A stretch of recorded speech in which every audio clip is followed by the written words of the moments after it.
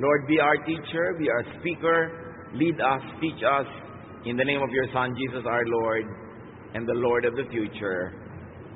Amen. What are the usual worries of old age? Ano nga ba talaga ang mga madalas katakutan? Unang-una, aloneness. Pag-iisa. Partnerlessness. So natatakot ang tao mag-isa dahil talaga naman we were created as social beings. Natatakot na tumanda nang walang kasama habang tumitingin sa sunset o walang kakwentuhan, walang partner. Other worries of old age include childlessness. Paano na pagtanda, walang anak na gagabay, walang anak na titingin, etc., etc. Caregiverlessness. Kaya nga ngayon, nagkaroon na ng tunay na industriya at profesyon na caregiving dahil dumadami talaga ang dapat na alagaan. Nung araw, wala namang ganun eh. Pero kita ninyo, dahil may pangangailangan, na-invento natin yung profesyon. People adjust. Another worry of old age is comfortlessness. Baka hindi guminhawa, baka mahirapan, or comfort giverlessness. Baka wala akong comfort giver, tulad nga ng partner o anak o professional person that I can pay to take care of me. Another very real worry of old age is weakness at very old age. Baka humina na ako, baka hindi ako makapaglakad mag-isa, baka lumabo ang aking paningin, baka hindi ko makayang alagaan ang sarili ko. And most fears are about poverty. Baka hindi ako magkaroon ng sapat na pera para makabili ng gamot, makabayad ng nurse, makapagpa-hospital, etc., etc. But what does God say about old age? All throughout the scriptures, you will find verses whose central theme is this: don't worry about old age. Huwag mag-alala. Napakaraming turo, diretsahan man o hindi, oblique man o diretso, pero yun pa rin ang makukuha nating katuruan. In other words, don't be compelled to get married, to have children, to save too much just for old age use. In other words, get married if you're in love and you want to get married. Have children because you want to raise children, not only because you want to have children around you when you grow old. Don't always save too much just for old age to the point that you forget enjoying your life now. Now, why not be compelled to do all this? Bakit hindi kailangan pilitin ang sarili magkaasawa para sa pagtanda ay may kasama at para magkaanak? Because having a spouse does not guarantee having children. Kung mag-aasawa kayo, mga kapatid, doon sa mga wala pang asawa, para lang magkaanak, paano kung hindi kayo magkaanak? Anong gagawin nyo? Maghihiwalay kayo? Tatalikuran nyo inyong asawa para magkaanak kayo sa iba? Hindi nag-aasawa ang tao para magkaanak. Nag-aasawa ka dahil meron kang iniibig at gusto mo siyang makasama bilang partner sa buhay. Bonus na lang kung nagkaroon kayo ng anak.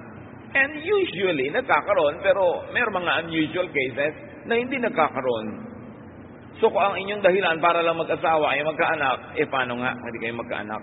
Hindi naman lahat ng nagkaasawa nagkakaanak eh. There are no guarantees na kung mag-asawa ka ay magkakaanak ka na nga. 2 Samuel 6:23, Michal, daughter of Saul, had no children to the day of her death.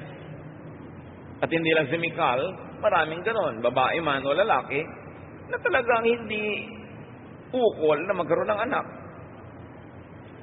So kung senior o single ka, and you are unmarried, stop being regretful. Dahil marami rin namang nagkakaasawa, hindi rin nagkakaanak. Why not be compelled to get married? Para lang may kasama sa buhay? Because having a spouse does not guarantee having a companion all your life. Ba't ka mag-aasawa? Para meron akong kasama lagi. Hindi na totoo yan ha. Hindi na garantiya na kung nag-asawa ka ay may kasama ka nga sa pagtanda. One, kasi merong maagang nababalo. Meron nga after honeymoon, nabalo na. Luke 2:36-37. There was also a prophet, Anna, the daughter of Phanuel, of the tribe of Asher. She was very old. She had lived with her husband 7 years after her marriage, and then was a widow until she was 84. Imagine, kung nag-asawa ka para may kasama kapag tanda, 7 taon lang nagsama, naging balo na. O kaya, hindi ka man naging balo, pero pinagtaksalian ka naman, iniwan ka ng asawa mo, wala ka pa rin kasama. O may asawa ka nga sa turing, pero sa aktual na buhay niya naman, para kang nag-iisa rin. Parang wala kang partner. So stop fretting about being single. Because having a spouse is not always the great blessing that people think it could be. Narinig sa elevator, may 3 magkakaibigang lalaki, sabi ni kaibigan 1 doon sa 2 and 3, alam nyo, naiinggit ako sa inyo, hanggang ngayon wala pa kayong mga asawa. Ako nagkaasawa, ganun lang pala. Dapat hindi na lang. May mga ganun, pati mga babae. Pero meron naman siyempre mga masasaya, happily married, kanya-kanya ng palad. Ngayon, kung mag-aasawa kayo, para lang kayo magkaanak, para sa pagtanda nyo, may kasama kayo, hindi na rin ganyan. Having children does not guarantee having companions at old age.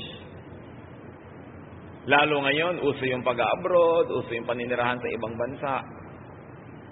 Minsan nga, 5 anak mo, wala lahat eh. Darating na lang sa burol. O kung ikaw ay nakaratay. Pero pag nadalaw ka, habang nakaratay ka, huwag mo nang asahan darating pa sa burol. Sayang ang miles. Mahal ang pasahe. O kaya hindi papayagan sa trabaho na mag-lead ng sunod-sunod. Hindi lahat ng nagkakaanak ay may kasama pagtanda. Kasi marami rin namang napapalayo ang tirahan pag nag-asawa at bumukod na. Genesis 2:24, nagbigay na nga ng pahimakas. A man leaves his father and mother and is united to his wife. Siyempre, hindi naman napaka-physical ng tunay na ibig sabihin itong Genesis na to, na iiwan mo magulang mo kahit nag-iisa, kahit may sakit. Ang ibig sabihin lang, psychologically, spiritually, may iba ka ng partner, yung asawa mo na, hindi yung magulang mo, kasi yung mga magulang mo, sila yung mag-partner. Pero nangyayari rin physically na talagang yung mga anak natin, umaalis. May gustong habulin na pangarap. Mayroong gustong gawin sa buhay. O kaya may anak ka nga, nung nag-asawa, naagaw na ng manugang.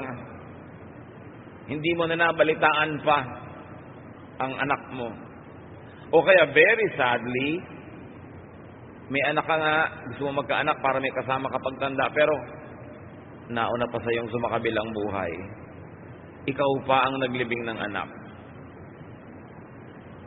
O kaya, may anak ka nga, at buhay na buhay, pero hindi mo maapuhap, hindi mo maasahan, para ka ring walang anak. Isa pa, huwag kayong magpipilitang magkaanak para lang magkaroon ng tagapag-alaga. Because having children does not guarantee having comforters or comfort givers. Hindi ko man nagkakaanak, gumiginhawa. Minsan nga hanggang pagtanda, yung magulang pa ang nagtataguyod sa anak. May mga anak na alagain. Minsan kasi yung kalusugan nila. Sila ay special children ng pinanganak. Aalagaan mo hanggang kamatayan mo na ang pag-aalaga dahil meron silang kalagayang espesyal, kakaiba. O may mga anak naman na ang tanda-tanda na, sa'yo pa nakasandal, sa'yo pa nakaasa, problema pa rin. Ang tanda-tanda mo na, dumadalaw ka pa sa bilibid kasi nakulong pa doon dahil kung ano-ano pa yung ginawa. Hindi ko man nagkakaanak ang tao, ibig sabihin giginhawa siya. So huwag nag-aasawa, huwag magkakaroon ng anak dahil lang paghahanda mo sa pagtanda. Paano kung nabigo ka?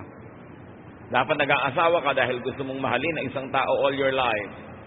Nagkakaroon ka ng anak dahil gusto mong mag-aruga at pagka naarugaan mo ay pawalan mo para yung buhay niya ay maipambuhay niya. Hindi itatali mo sa tabi mo para ka lang niya laging intindihin. Deuteronomy 21:18 to 20. If someone has a stubborn and rebellious son who does not obey his father and mother, and will not listen to them when they discipline him, his father and mother shall take hold of him and bring him to the elders of the gate of his town. They shall say to the elders, "The son of ours is stubborn and rebellious. He will not obey us. He is a glutton and a drunkard." So isa lang na mga biblical examples na maraming mga anak hindi pabagaan kundi pabigat sa magulang. Mag-aanak ka dahil handa kang mapabigatan din, hindi yung maiinis ka pagka yun ang nangyari dahil ang inaasahan mo lang naman pala, kaya ka nagkaroon ng anak para ka guminhawa. Paano nga kung baligtad ang mag-anak? Having a spouse and children does not guarantee enjoyment of security and happiness. Kaya lagi kong idinidiin sa mga gusto mag-asawa. Bakit mo gusto mag-asawa? Para po ako mabuo. Aba, paano kung bawasan ka palalo niya nga papangasawa mo? At hindi ka nabuo, nabawasan pa. Nag-aasawa ka dahil gusto mo magbigay, hindi para gusto mong tumanggap o mabuo. Para kung nagbigay ka, nagbigay, hindi ka ma-disappoint, handa ka. At ngayon, kung nabaligtad na ikaw pa yung binibigyan, edi bonus yun, nagpasalamat ka. Pero huwag yun ang asahan mo lagi. Minsan, sila pang pinagbubuhatan ng hirap at kapahamakan. May maririnig ka pa isang napakamiserableng ginang na sinasabi sa high school friend niya na tumandang dalaga, "Alam mo, mabuti ka pa kaysa sa akin." Siguro, malungkot ka madalas, pero hindi ka naman miserable. Iba naman yung malungkot, iba yung miserable. Sa pagkakaroon ng mga tagapagmana, anong sabi ni Solomon? Ecclesiastes 2:18 to 19, "I hated all the things I had toiled for under the sun, because I must leave them to the one who comes after me. And who knows whether that person will be wise or foolish. Yet they will have control over all the fruit of my toil, into which I have poured my effort and skill under the sun. This too is meaningless." Maraming anak tong si Solomon. Pero sabi niya, alam nyo, yung naiisip ko kung gaano ako naghirap magpundar. Nagdaramdam ako na isipin kung anong pagwawaldas ang pwedeng gawin ng mga anak kong pamamanahan ko. Meron nga tayong kilala, sikat na tao, nagpalaki ng mga anak sa magandang paraan. Nung matanda na siya, medyo naghirap. Hindi naman todo, mahirap-hirap lang. Pero may bisyo pa yung isang anak. Naghihirap yung ama, nakahiga, nakaratay, may oxygen. Alam niyo yung ginagawa ng anak? Tinatanggal yung oxygen at ibinebenta sa iba. Dahil nagda-drugs. Pagka buhay na buhay ka, hindi ka lang makagalaw, binubunot yung oxygen mo. Di ba mabuti pa sana, hindi ka naladag ka anak. Baka yun ang isipin mo. So hindi lahat ng mga pag-aasawa at pagkakaroon ng anak ay katuparan ng ating mga fantasy sa buhay. Ngayon, marami naman, laging natatakot tumanda. Halos ayaw nang gumastos, ipon ng ipon, pambili ng mga kung ano-anong gamot na ini-imagine niyang kakailanganin niya pagtanda. But no one is guaranteed to live up to old age. Minsan may kausap ka, anong kinakatakot mo pagtanda? Nakakatiyak ka ba na mabubuhay ka pa next month? Natakot ka sa isang bagay na hindi ka naman tiyak kung makakarating ka nga doon. Wala rin namang guarantee na tatanda lahat ng tao. Kaya yung mga iba, natatakot ako, baka magkasakit ako ng kung ano na pagtanda ko. Kung tatanda ka, yun mo ang problemahin mo kung aabot ka ron. Kasi merong mga maagang sumasakabilang buhay. Ecclesiastes 7:16 to 17, "Do not be over-righteous, neither be over-wise. Why destroy yourself? Do not be over-wicked, and do not be a fool. Why die before your time?" So it is possible that our lifestyle can kill us before our appointed time. At sino daw yun? Yung sobrang righteous, at sobrang matalino, at yung sobrang masama. Ibig sabihin lang ni Solomon, basta sobra. Kahit sobrang relihiyon, kahit sobrang kasamaan, kabutihan, hindi yan makakabuti sa iyo.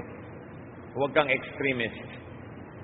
So being afraid of old age could be a waste of energy because you are not even sure that you'd get there. Malay mo ba kung aabot ka pa dun? Di naman tayo sure. Therefore, huwag laging problemahin mga kapatid ang pagtanda at pagkakasakit. Di naman sure, natatanda ka at magkakasakit pa. Yung mga nagtandaan na sa ating paligid at nakakaranas, di mapalad kayo kung pinahaba ng Panginoon ang inyong buhay. Pero yung mga iba hindi pa nakakarating dyan, don't over-worry. You are not sure if you'd get there or not. Malay mo naman, mag-to-die is gain ka agad. Although, huwag naman sana. At mag-to-live is Christ ka pa na mahaba. But no one is sure. Pero sa kaiisip mo, tungkol dyan, daig mo pa ang tumanda na nga at nagkasakit in advance. Yung hindi pa tumatanda na walang iniisip kundi yung pagtanda niya, tumanda ka na sa kalooban mo at sa puso. Naagawan mo na ang sarili mo ng oras na ma-enjoy yung ngayon kasi lagi ka nag-iisip ng bukas. Ecclesiastes 9:12, no one knows when their hour will come. Walang nakakaalam kung kailan ang oras niya. Ngayon, mga kapatid, let's do a little computation. Kung magkasakit ka man at manghina, let's say at age 80. Let's say at age 80. At let's say, at age 80, nagkasakit ka ng hina at inabot ka ng mga 2 taon na mahina at may sakit bago ka sumalangit. Ibig sabihin nun, may 70 years kang nauna na hindi ka mahina at matanda. Let's say at 80 nangyari. Let's say, may 78 kang very good years. Tapos nung 79, nung 80, nang hina ka na. Hindi ka pa inabot, let's say, ng 80. 79, nagkasakit ka, naratay, nanghina. And in 2 years, pagdilat mo ay nakita mo na ang Panginoon. Ibig sabihin ay binawi ka na mula dito. Ano na ba naman yung 2 years of illness? Hindi ko yan minamaliit, mga kapatid. Pero isipin nyo yung arithmetic. Ano na ba yung 2 years of aloneness kung nag-iisa ka lima sa buhay? Bihira namang tao ang nararatay ng more than 2 years. Matagal na yung 2, bisa nga 6 months pa.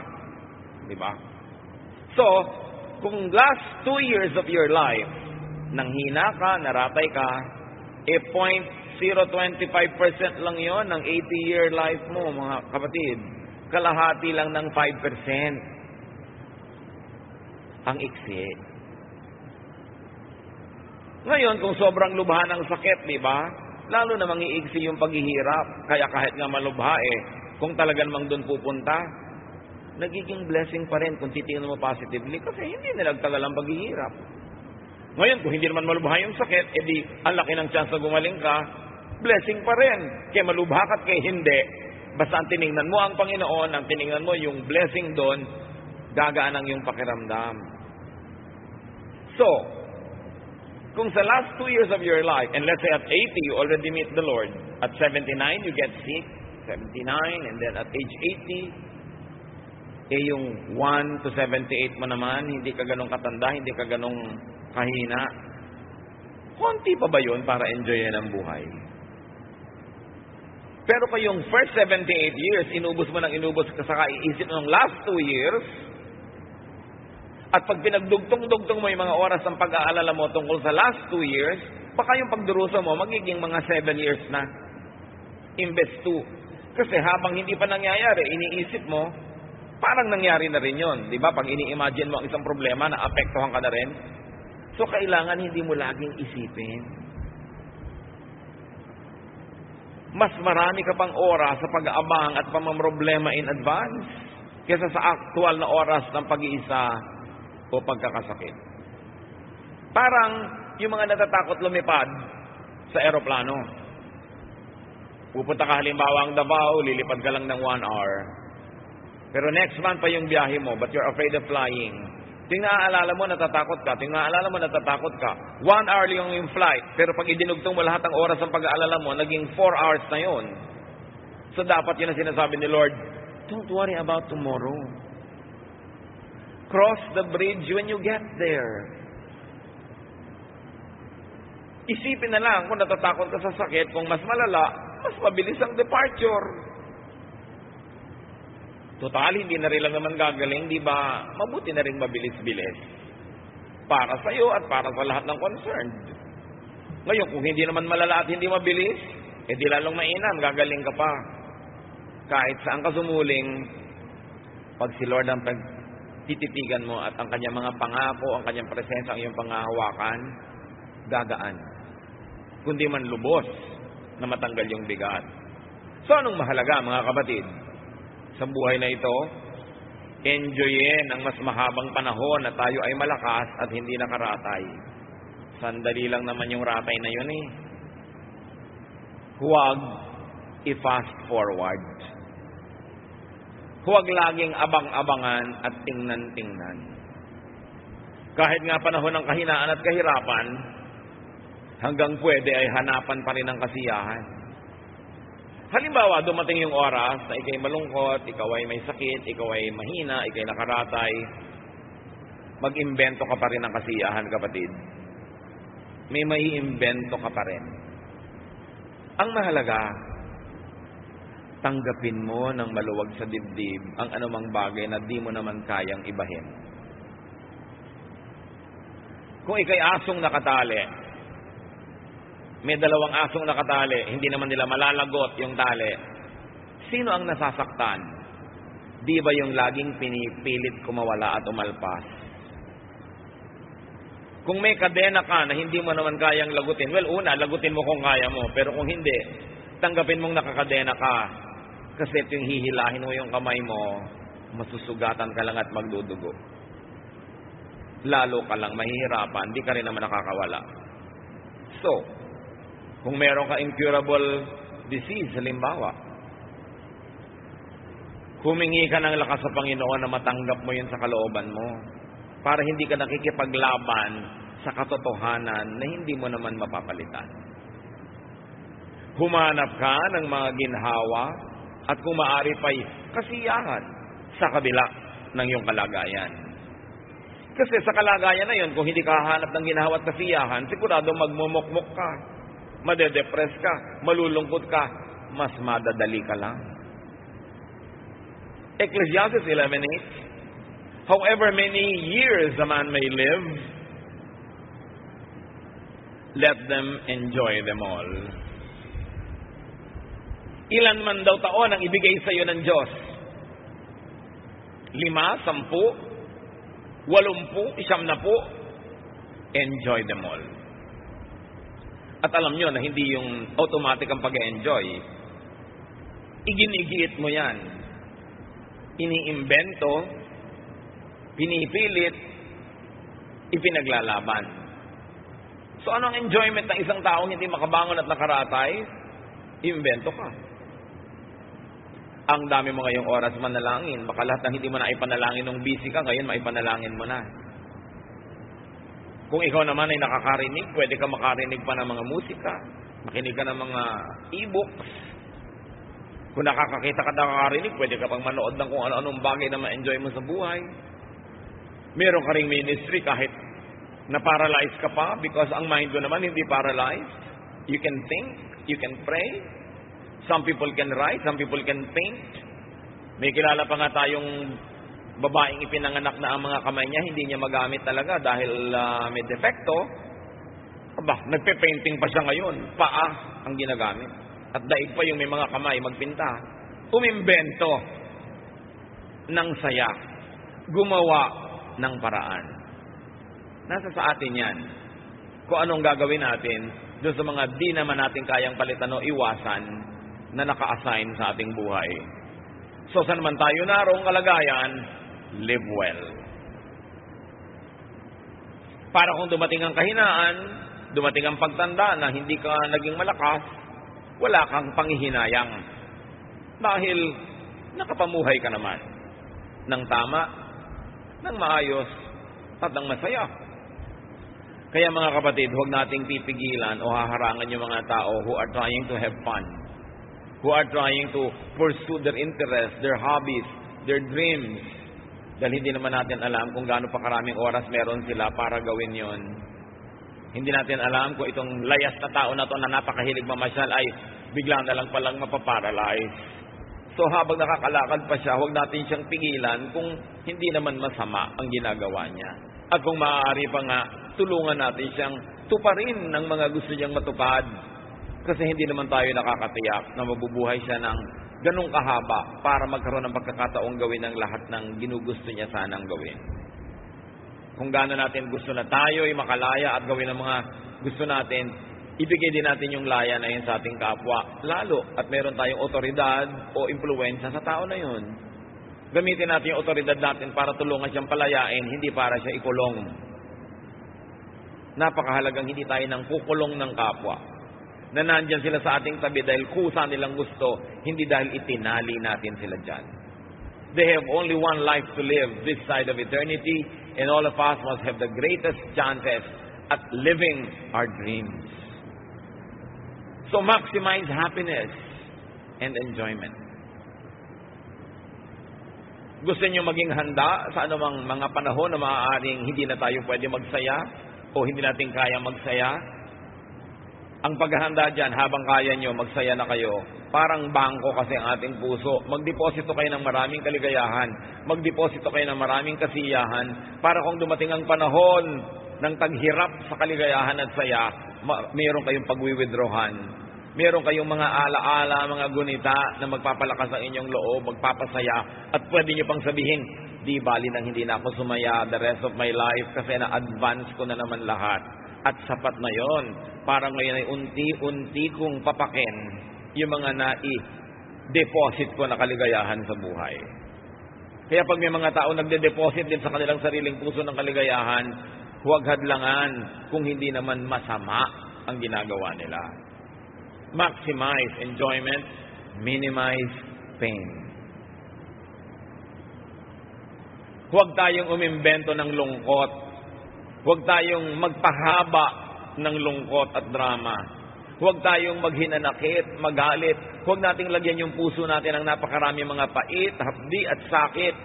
Kasi kahit hindi nyo sadyaing gawin yon, meron at merong darating sa buhay nyo na ganon.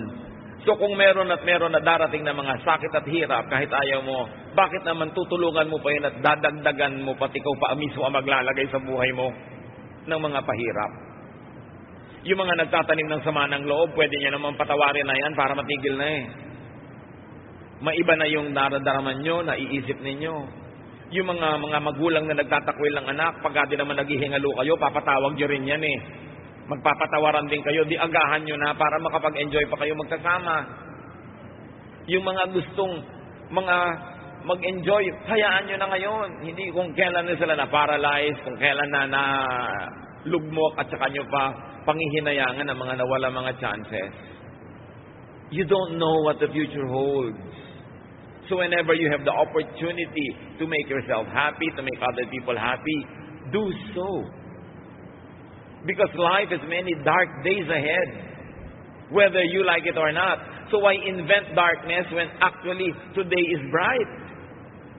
Bakit merong party, magagalit ka doon sa isang tao sa walang kakwenta-kwentang bagay, nasira na yung mood mo buong party. Merong family reunion, pinaghandaan nyo lahat, gumastos kayo, tapos magagalit ka sa isang pinsan mo o kapatid, nanimangot ka na maghapon. Bakit mo dadagdagan ang mga pabigat sa buhay mo, samantalang marami namang kusang darating sa'yo kahit ayaw mo? You've got to minimize pain in your life and to minimize pain in your loved one's life. Pag hindi mo minamahal, halimbawa yung biyanan mo, alam mo ba na sinasaktan mo yung sarili mong asawa na anak ng biyanan mo? Bakit mo naman patuloy na sasaktan ng isang taong mahal mo at nagmamahal sa'yo? So sabi mo, kasi mahirap mahalin ang biyanan ko. Mas mahirap namang mapuot. Mahirap mapuot Mahirap magalit. Mahirap magmahal. Pareho lang mahirap, di magmahal ka na lang. Pareho lang naman nakakapagod. Nakakapagod tigasan yung leeg at huwag kang tumingin sa isang tao para mo siyang batiin. Nakakapagod ding batiin siya kuminsan, lalo't mataas ang pride mo. Pareho lang nakakapagod yan. Ang gawin mo na lang yung nagpapagaan ng loob. Yung nagpapalaya. Yung nagpapasaya. Kasi hindi mo alam kung kailan ang sunod-sunod at walang katapusan dating ng mga dagok ng buhay. So habang hindi ka dagukan ng buhay, huwag mong dagukan ng sarili mo. At huwag mo rin dagukan ng kapwa mo. Magpahinga. Do the most good. Kung gusto talaga nating paghandaan ng pagtanda, ang mga hirap ng buhay, you maximize enjoyment, you minimize pain, and do the most good. Do good and enjoy life.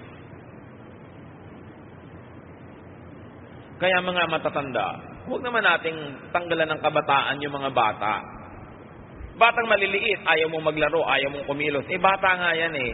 Sandali lang naman siya magiging bata at matagal siyang magiging matanda.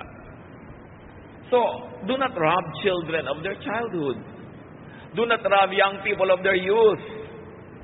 Siyempre, mga maingay magtawanan, mga magagaslaw ko minsan. Ano mo gusto mo kumilos na parang 60 anyos?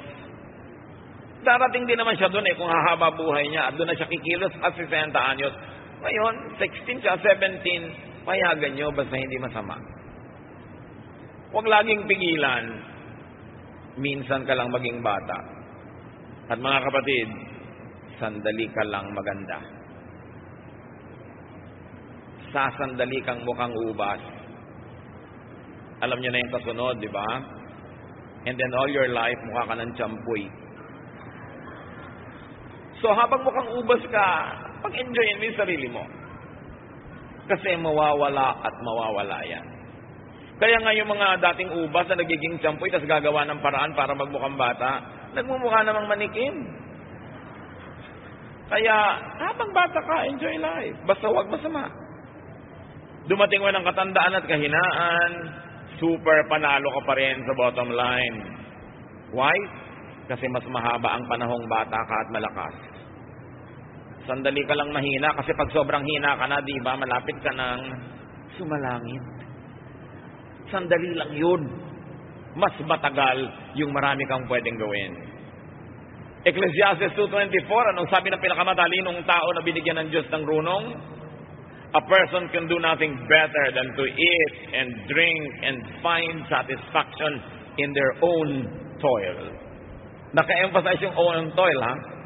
Mag-enjoy ka, magsaya ka sa bunga ng sarili mo pinaghirapan. Hindi sa pinaghirapan ng iba. Pero pag pinaghirapan mo, enjoyin mo. Meron tayong mga kilala. Ang dilim-dilim ng bahay sa pagtitipid sa kuryente. Bumili pa daw ng mga bumbilya. Ayaw naman buksan. Tapos nung mamatay-matay, ang dami palang kayamanan pinag-agaw-agawan ng mga nagmana. Pero siya ang dilim ng buhay niya. At sa Amerika, merong mga matatanda na ang lamig-lamig ng bahay kahit winter, nagtitipid sa heater, may ibabayad naman. Bakit? Dito sa atin, personally, meron ako mga kilalang talaga namang ang pagtitipid. Mula pa nung matutong magsalita, ang sinasabi lang agad, oy, magtipid. Magtipid. Magtipid. Hindi na guminhawa hanggang mamatay. O ano ngayon? Ano nangyari sa katitipid? Basta live to the fullest habang may chance. Enjoy lang pag may time. Di ba?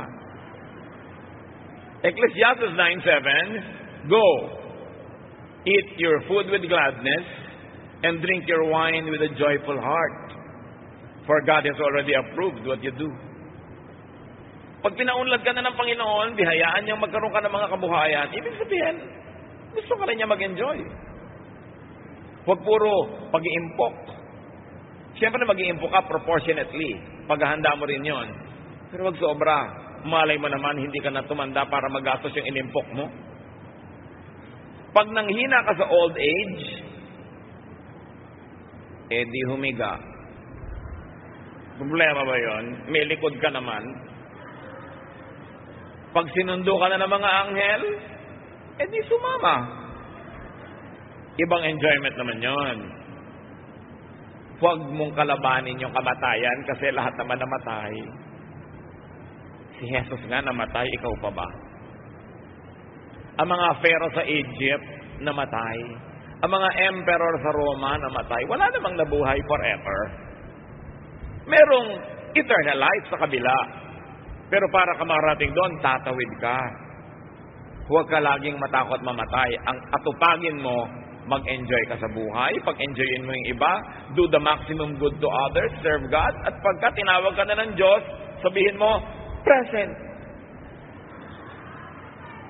Philippians 1:21, to live is Christ, and to die is gain. Akala ng iba, yung to live is Christ na yan, ibig sabihin puro relihiyon, puro pagtitiis, puro paghihirap.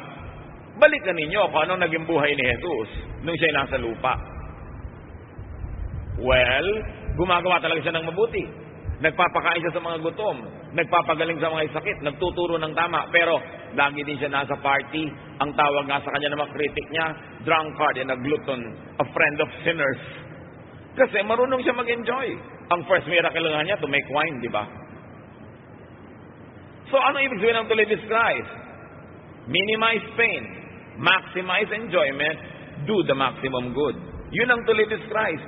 Hindi lang puro pagtitiis, pagtutuligsa sa kapwa, paghahampas sa sarili. Hindi yun. At pag ginawa mo yung to live is Christ, magkakaroon ka ng to die is gain. Pero pag hindi ka nag to live is Christ, hindi gain yung to die, ha? But you live as Jesus did. Nagmahal ng kapwa, pero pinakain din ang sarili. May mga alagad siya, naglilingkod sa mga tao, pero pag napapagod na yung mga alagad, sabi niya, iwan na muna natin yung mga tao, magpahinga tayo sa isang tahimik na lugar at kumain tayo doon. Marunong ding maglagay ng ginhawa sa sarili. Yun ang tinuro sa atin ni Jesus. So huwag makipaglaban sa kalikasan at sa kapalaran.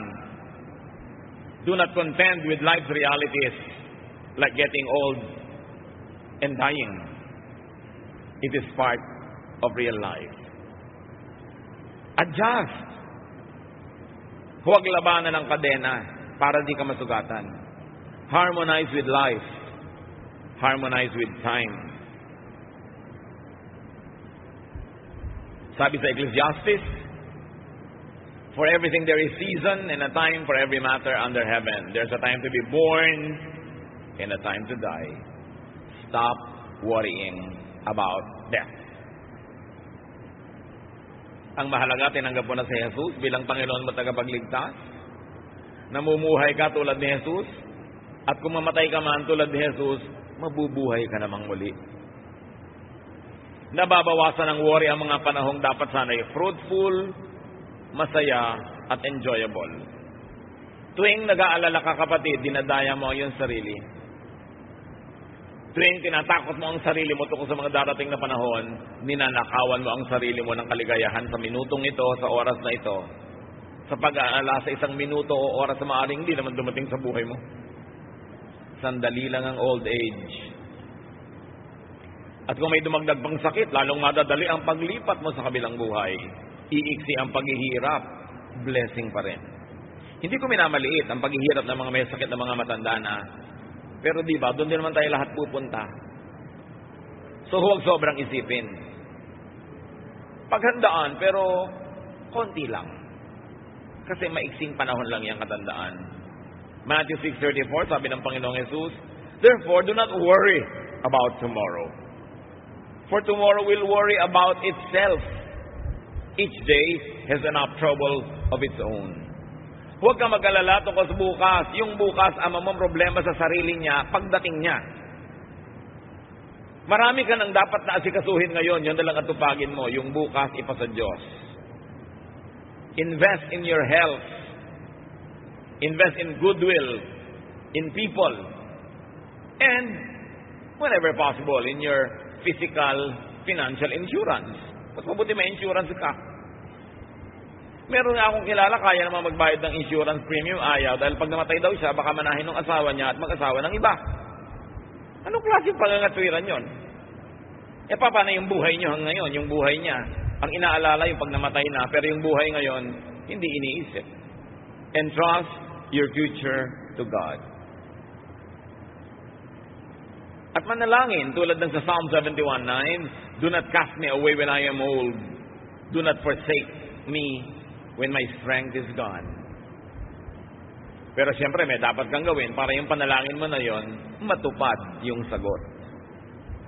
At sabi ng Panginoon sa Isaiah 46:4, even to your old age and gray hairs, I am He. I am He who will sustain you. I have made you and I will carry you. I will sustain you and I will rescue you. Sinong kausap dito ng Diyos? Originally, ang kanyang mga hirang. Pero hirang din naman tayo ng Panginoon. Because in Jesus, we are all children of God. So ang ganito mga pangako ay maaari nating angkinin. Ngayon, mabalik tayo sa usapan ng pag-aasawa. Of course, get married and have children, but if and only if you are up to it. Alam niyo sa mga mathematics, yung mga if na yan, mahalaga lalo kung double F, if and only if you are up to it. Mag-asawa ka only if you're cut out for it, if you're suited to it, if you are destined for it, kung bagay sa'yo. Hindi lahat ng tao bagay mag-asawa. 1 Corinthians 7:36, if anyone feels he ought to marry, he should do as he wants.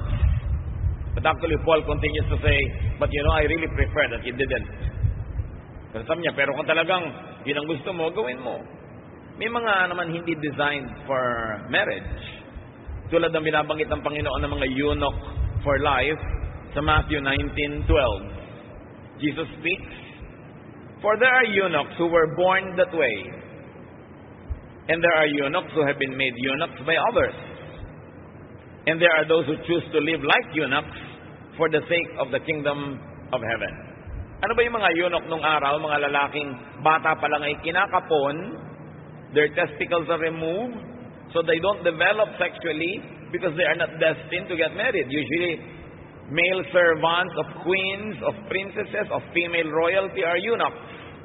Kailangan nila ng mga eunuch para malakas sa kakapaglingkod sa palasyo, pero hindi banta sa mga kababaihan na nandun sa palasyo. Kaya kailangan silang gawing eunuch, kinakapon. But then, the meaning of eunuch is not only physically that which is sexually undeveloped and cannot copulate with women, because it extends the meaning that there are people who are not made that way. Kaya sabi ni Lord, for there are eunuchs who were born that way. Ipinanganak na silang ganyan na talaga sila, hindi sila nakadestino na mag-asawa. May mga eunuch naman na sabi na naging eunuch lang dahil sa mga nangyari sa kanilang buhay o sa kanilang kaganapan o sa kanilang kapaligiran. At meron naman pinipili nila dahil gusto nilang mag-concentrate sa paglilingkod sa kingdom of heaven. So there are many ways to be a eunuch, pero may mga tinatawag na born that way.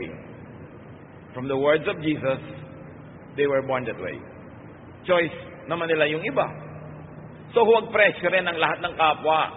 Kung meron kayong dalaga sa bahay ninyo na 32 years old, 29, 33, huwag din nakasalubong nyo sa hagdan. Kailan ka mag-aasawa? Kaya tuloy pag nasa salubong ka, tumatalo na lang sa bintana.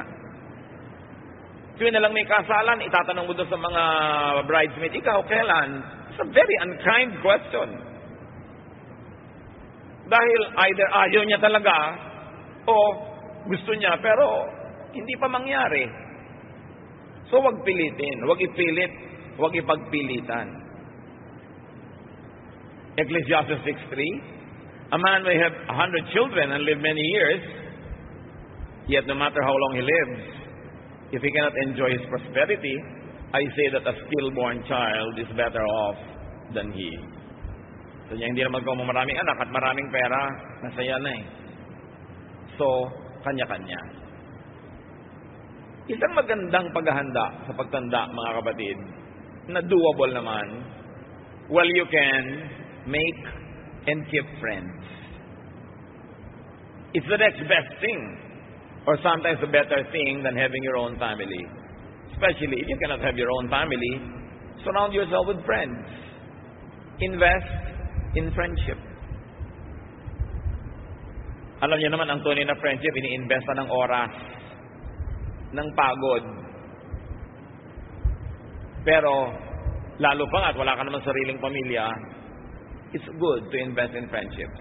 In fact, even if you had a family, kita niyo yung mga babae iniiwan ng asawa, kaninong ngoy sa kanyang mga female friends.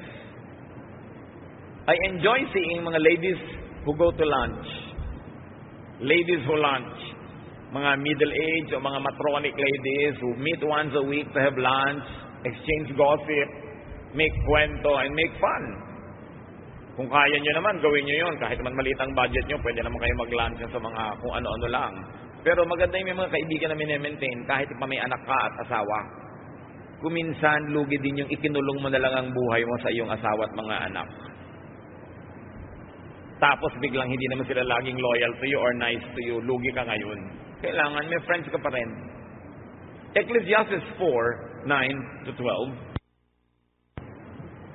Two are better than one, because they have a good return for their labor. If either of them falls down, one can help the other up. But pity anyone who falls and has no one to help them up. Also, if two lie down together, they will keep warm. But how can one keep warm alone? Though one may be overpowered, two can defend themselves. A cord of 3 strands is not quickly broken. Maganda yung pag-explain ni Solomon kung bakit mahalagang may kaibigan. Lagi daw mabuting dalawa kayo kaysa isa lang. Pag natumba yung isa, merong aalalay, may dadampot man lang. At kung meron kayong kalaban, you can watch each other's back. Mas mahirap gapiin ang may kakampi kaysa nag-iisa lang. So mamuhay tayo, mga kapatid, sa paraan na magkakaroon tayo ng kaibigan at ma-maintain natin ang kaibigan dahil maganda yung ugali natin. Laging mabuting may kaibigan. Proverbs 17:17, a friend loves at all times, and a brother is born for adversity. So get loved by a friend. Love a friend. Kaya may anak ka pa, kaya may asawa ka, iba na yung may kadamay ka. May sumbungan ka tungkol sa asawa mo o tungkol sa anak mo. Mga kapatid, walang kwenta yung may kaibigan ka tapos wala kayong ginawa kundi magpayabangan tungkol sa inyong mga asawa at mga anak. Hindi magtatagal ang friendship nyo. Pag lagi mong ipinagyabang yung asawa mo sa kumari mo, biglang naagaw na ng kumari mo ang asawa mo. Kailangan, hindi na kayo nagpapa-impress. Boring na yung matagal na kayong magkakilala tapos wala pa kayong ginawa kundi magpa-impress sa isa't isa. Relax. Admit, accept your imperfection, and accept and admit also that others are imperfect. Nakakapagod magpa-impress. Dapat kung nagpapa-impress ka sa tao, sa job interview lang yan, o sa first few days of your acquaintance, and then tanggalin mo na yung mga maskara at magpakatotoo ka na. Kung ayaw niya sa'yo, magkaalaman na kayo habang maaga para huwag kayo magsayang ng oras. Maghihiwalay din lang naman kayo pag nagkakilala kayo ng totoo. So magpakilala ka na agad ng totoo. Kung ayaw niya sa'yo, well, sorry, you both lose. Genesis 2:18, the Lord God said, it is not good for a man to be alone. I will make a helper suitable for him. So, you don't make people alone, especially if you have a responsibility. Be a partner to your spouse. Kung nagpakasal ka, nagpakasal din sa iyo ang pinakasalan mo, kapatid, huwag mo siyang biguin. Kailangan may partner siya in your person. Do not neglect your wife or your husband. Kasi nagpakasalan kayo pareho para maging partner ng isa't isa. When you are not beside your spouse, you are probably in the wrong place. And then what will make it worse is that your spouse might have to find someone else to stand in your vacant spot. And then another wrong person will be in another wrong place. Hindi na matapos-tapos yung mga wrong na ginagawa ng tao. Kaya ayaw mo, kaya hindi, may asawa ka, pananagutan mo yan. Samahan mo siya. Be a child to your parents. Anak ka ng magulang mo. Magpakaanak ka. Alam mo dapat kung kailan ka nandun, lalo't kung ang magulang mo hindi demanding, may laya ka naman, gamitin mo yung laya mo para maging loving and supportive of your parents. Be a helper to those who are alone, or especially who are old or sick and weak. Sabi ni Lord, it is not good for man to be alone. Hindi lang yan in the context of marriage. If you are a child of God and you see people who are alone, you provide them with company. That's part of your Christian love. You invite them into your home. You visit them when they are sick. You help them in their needs. Because it is not good for man to be alone. Kung hindi ka nangangailangan ng damay, ibig sabihin you are sufficient, ikaw naman ang dumamay sa iba. And brothers and sisters, allow people to be together. May mga magulang naman, sila pa ang hadlang sa married life ng kanilang mga anak. Pinagkaaway yung anak at yung manugang. May ganon. Nag-asawa na yung anak nyo. Hayaan nyo silang mag-enjoy sa kanyang marriage. Huwag kayong laging maging issue. Huwag kayong laging pumagitan sa anak nyo at manugang nyo dahil ang partner nyo yung asawa nyo, hindi yung anak nyo. So pag ikinasal na sila, luwagan, ibigay dun sa asawa. Huwag ipagkait. Kailangan payagan nyo silang mag-enjoy together dahil minsan din lang silang mabuhay. At hanggat hindi masama ang ginagawa ng mga tao, ipagbunyin ninyo kung may nagmamahalan, kung may magkaibigan, kung may magkapartner, basta hindi masama. Ipagsaya nyo that there are two less lonely people in the world. Hindi naiinggit ka, nagagalit ka, wala kang gusto kundi paghiwalayin sila. Help others not to be so alone. Especially your parents, your elders, your relatives, your friends. And mind you, young people, especially the friend of your parents, ariin nyo rin sila mga magulang nyo. Sa case ni Haring David, nung matanda na siya, may nararamdaman, laging giniginaw. Alam niyo yung ginawa ng mga tao? 1 Kings 1:2. His attendant said to him, "Let us look for a young virgin to serve the king and take care of him.